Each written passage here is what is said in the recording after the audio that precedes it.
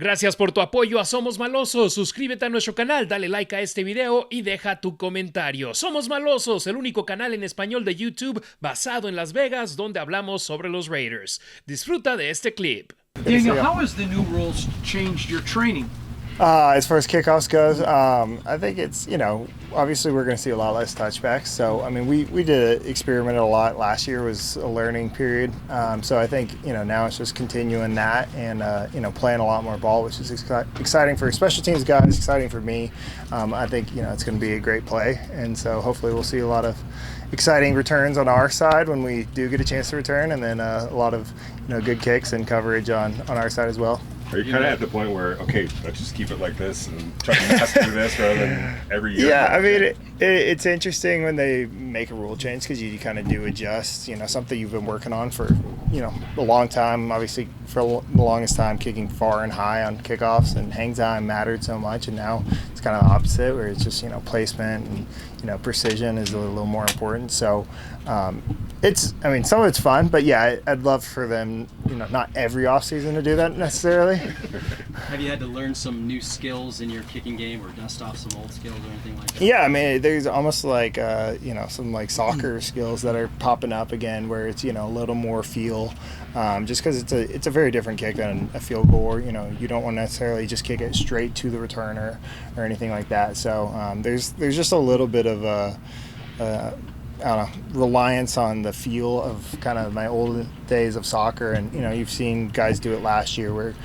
different teams did different things. So we'll see what happens this year where some teams may just kick and cover, and some teams might even hit touchback still. We'll have to find out. A couple years back, I remember you had somebody like tilting the ball, holding on to it, and then loopholes in the rule book. Is there something that you guys are trying to find that way that you can use in your favor? We're always trying to compete and get any competitive advantage we could. But no, they've made the rules pretty clear about what you can and can't do so far.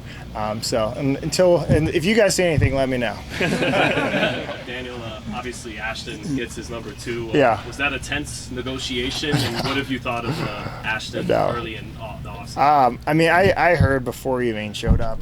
Just a high character guy, and so it was a really easy kind of. I wouldn't even call it a negotiation necessarily. Just a couple discussions, and it was super great. And everything I've seen on the field so far. I'm no expert, but he looks the part for sure. Did you buy a new car with the money? No new cars yet. So. Speaking of which, how do you feel about getting the decision done?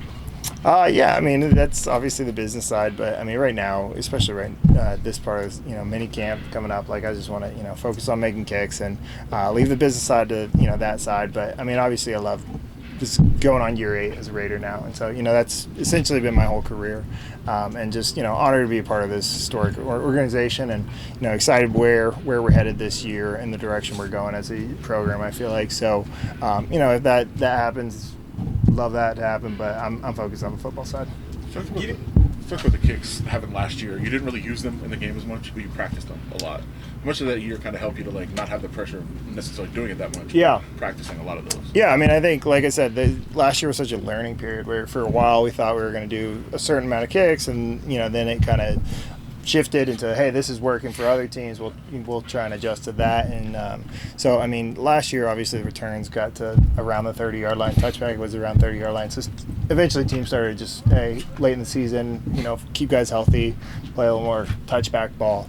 Like I said, this year obviously that's going to change in my opinion, but we'll have to see as it goes. Are you worried that it affects your like a golf stroke, a kicking stroke at all, like your ankle kicks and then you're trying to kick? No, it's definitely something. I think like I said, I had to adjust because you're used to just kind of having one ball where you kick it high, far, straight is the goal. It doesn't really matter, how quickly it gets there. Kind of, you're trying to make it hard for the returner to catch. It's a fun, different part of the game where like I said, I'm a little more reliant on like a soccer style kick almost. But obviously, field goals is that's. For me, it's still the priority because at the end of the day, that's what can make or break games a lot of times. But at the same time, I want to be one of the best in the league at that kickoff part. I want to be effective, because it's not fun if we just start kicking touchbacks or something like that. I don't think that brings any value to my team, and so it's my job to dominate that as well.